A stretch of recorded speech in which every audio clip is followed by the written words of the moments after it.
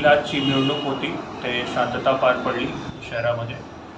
फक्त 2 ठिकाणी थोडी किरकोळ घटना झालेली आहे. जे रॅलीमध्ये सहभाग होते काही उपद्रवी मुले होते आणि त्यांच्या आणि ते दुकानामध्ये काम करणाऱ्या व्यक्तीचं असे दोघांचं थोडा किरकोळ भांडण झालं, बाचाबाची झाली आणि त्यामुळे थोडा एक दुकानमध्ये थोडा घुसून तोडफोड आणि दुसरी दुकानवर थोडा दगडफेक करून त्यांनी नुकसान केलेलं आहे.